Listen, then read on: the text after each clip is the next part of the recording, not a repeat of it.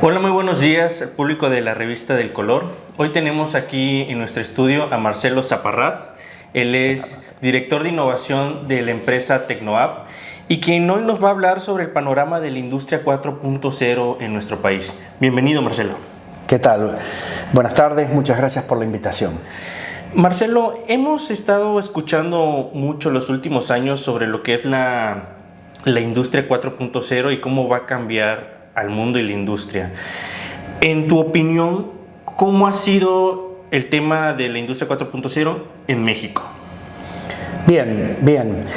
Es un tema muy interesante. Ya lo está cambiando en todo el mundo, digamos, porque la industria 4.0 es la confluencia de una serie de tecnologías que existían, No es que, digamos, se inventaron por la industria 4.0. En realidad, hay que mirarlo al revés. La industria 4.0 tomó del mercado tecnologías existentes y las vio de manera integradas, como si fueran piezas de un rompecabezas que, si una tecnología coopera y se integra con las otras, las soluciones de valor que se pueden crear son muchísimo más importantes que si cada una de esas tecnologías las usas por separado en forma individual. En cuanto al panorama en México, es un panorama heterogéneo. Tienes que ver tamaño de empresas. A veces no es solamente el tamaño como un factor, como un predictor del nivel de desarrollo de Industria 4.0, porque está el factor cultural también. Entonces, el factor cultural es absolutamente...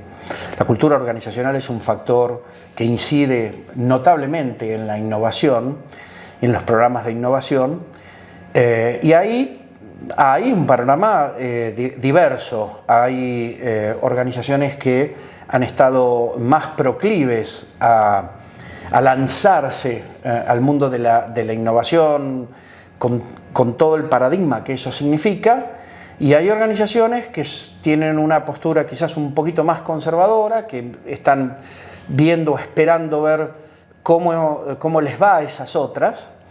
Y luego tenés organizaciones que no, digamos, todavía no han movido las fichas. Algunas, ahí hay el porqué, bueno, hay de todo, digamos, ya yéndote más al sector pyme. Puede haber prejuicios de que Industria 4.0 es algo súper costoso, que no es para ellos. Hay otras que de alguna manera, si tienen indicadores de producción más o menos razonables, piensan que bueno, un poco para qué hacer ese esfuerzo, ¿no? Cuando en realidad te lo tienes que preguntar al revés, ¿no? O sea, ¿cuánto va a tardar tu competencia en mejorar tu posición competitiva si tú no haces y te quedas atrás pensando que los indicadores de producción o de negocio que hoy tienes son buenos? Hay que hacerlo aunque los indicadores sean buenos, digamos, ¿no? Entonces, este es un poquito el panorama. Es un panorama heterogéneo.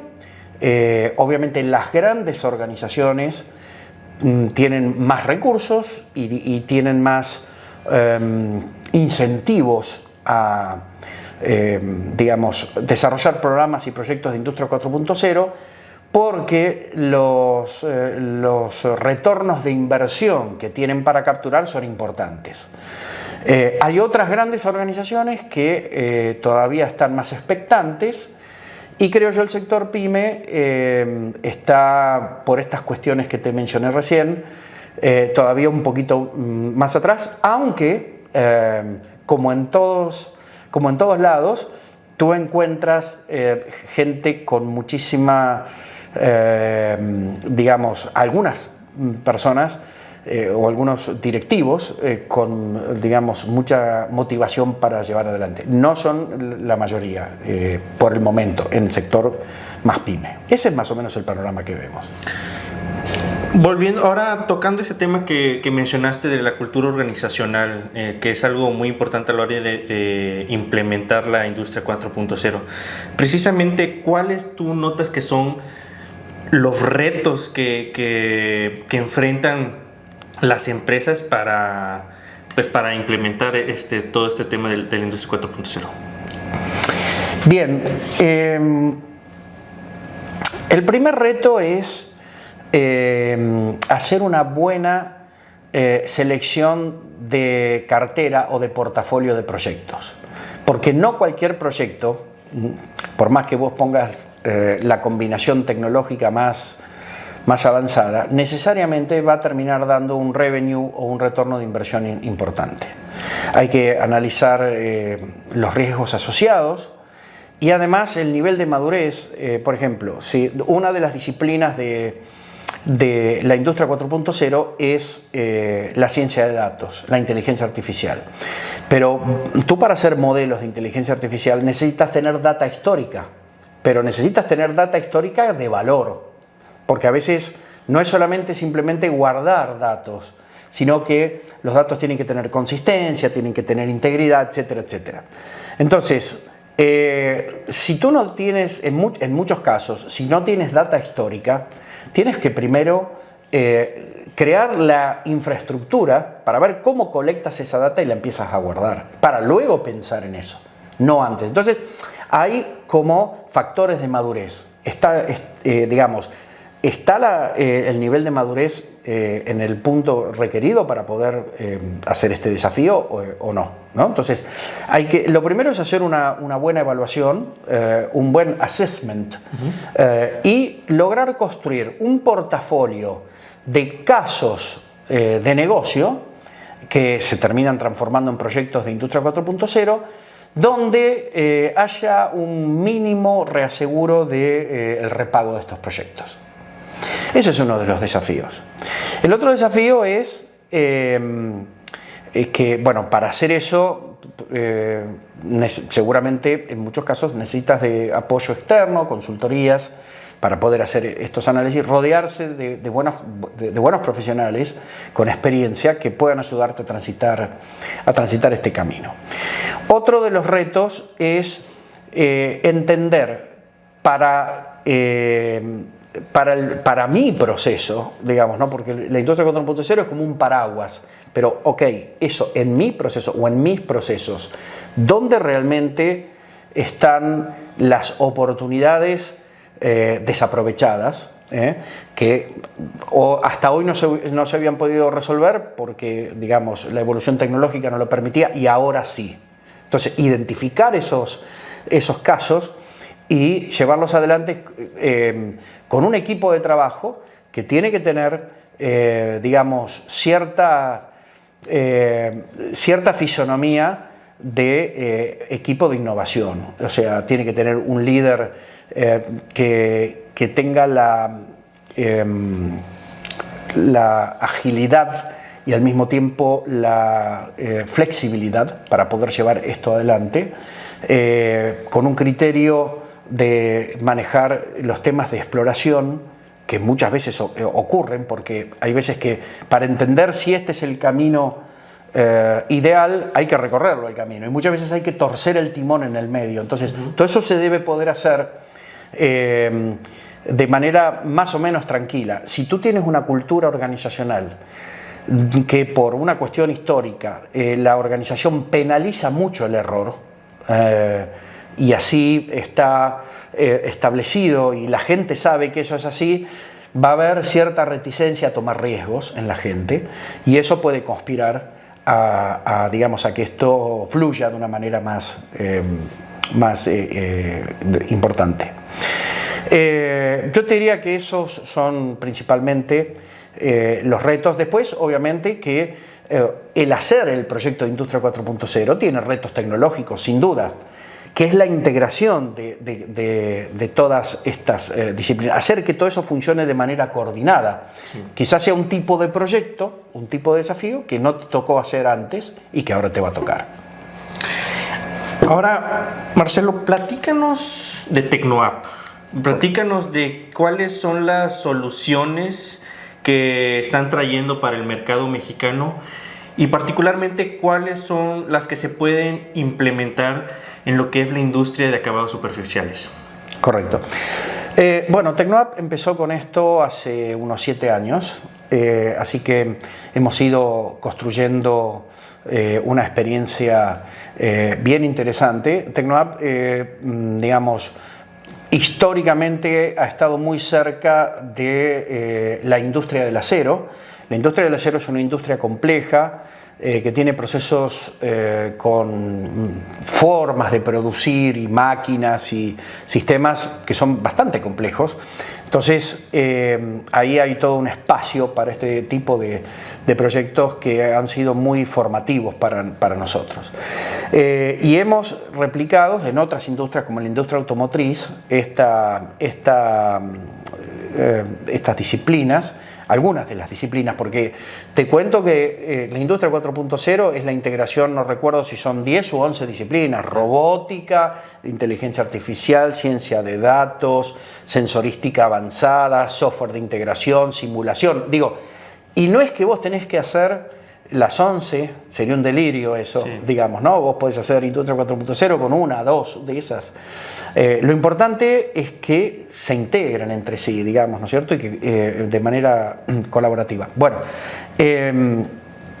entonces, pienso que en la industria del acabado, como sucede en muchas otras industrias y también en la industria del acero, básicamente los indicadores, empecemos al revés. ¿Qué indicadores quieres impactar? Bueno, tú tienes eficiencia, productividad, costo. La eficiencia está asociada al tiempo de parada de máquina. Entonces tú quieres mejorar, disminuir el tiempo de parada de máquina para mejorar la eficiencia. Sí. ¿Okay? Entonces, ¿qué es lo que puedes hacer para mejorar, por ejemplo, el tiempo de parada de máquina? Bueno, tener detectores de anomalías, ¿no es cierto?, en lugares claves del proceso, que puedan ir generando indicadores que te van diciendo, ojo, que acá hay algo que se está degradando, para poder intervenir antes de que se produzca el desenlace y entonces tengas que parar la máquina. ¿Okay? Así que ahí hay un área de oportunidad. El tema de cuando tú tienes un proceso multivariable, detectar que el proceso se va, como decimos los ingenieros, se va saliendo de caja, es decir, se va corriendo de su funcionamiento normal, pero de manera progresiva y como se dice, despacito, por decirlo de alguna manera. No es fácil ver que eso está ocurriendo. Sí. Sin embargo, cuando ya esa salida de caja supera determinados límites, puedes encontrarte en situaciones comprometidas. Entonces, tener detectores que te avisan de esa situación de manera temprana, eso es una manera de evitar llegar a situaciones que te comprometerían la línea, el funcionamiento de la línea, y por lo tanto, al indicador que le va a pegar, ¿a cuál indicador le va a pegar? A la mejora de los tiempos de parada de línea, te lo va a mejorar. Sí. ¿Okay? Y eso mejora la eficiencia y ahí tenés el impacto económico. Otra área donde esto puede impactar es en el área de calidad, en el control de producto no conforme. ¿Por qué? Porque puede funcionar como un predictor. Si vos entrenás modelos, por ejemplo, de predicción, para que te avise de si determinado proceso productivo en cuanto al aspecto de la calidad va a estar más proclive a generar producto no conforme, porque hay ciertas alteraciones que así lo están generando. Entonces, tener esos indicadores, mirá que el indicador que te dice cantidad de producto no conforme dividido cantidad de producto conforme, ese indicador se te va a empezar a subir. Entonces, tener esa advertencia de manera temprana luego también es de suma ayuda. De la misma manera, esto más que nada en el campo de la inteligencia artificial, pero también en aspectos como, por ejemplo, el computer vision, para poder hacer inspección visual con cámaras. Visual digo no, con cámaras, ¿no? Sí. Quise decir con visión artificial, perdón. Yeah. Entonces, detección de defectos, por ejemplo, en temas de acabados es fundamental eso.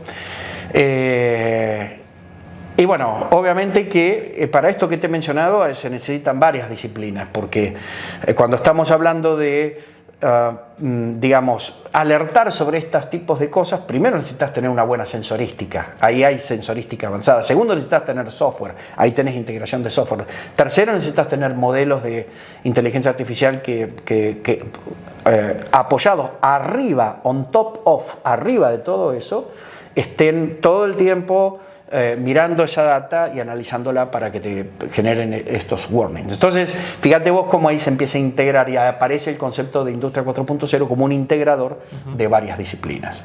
Esos son, no quiero seguir aburriendo con cuestiones técnicas, pero esto son ejemplos de cómo la Industria 4.0 te puede ayudar para la mejora de los indicadores de tu proceso.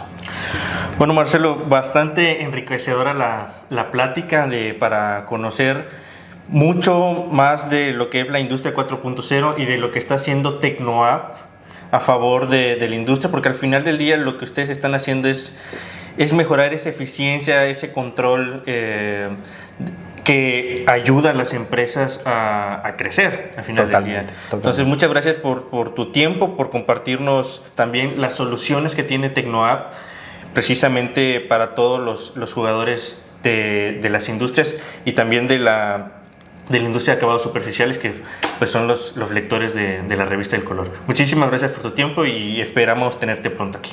No, muchísimas gracias a ustedes por darme esta oportunidad y como siempre a la orden de lo que necesiten. Muchísimas gracias. Bueno.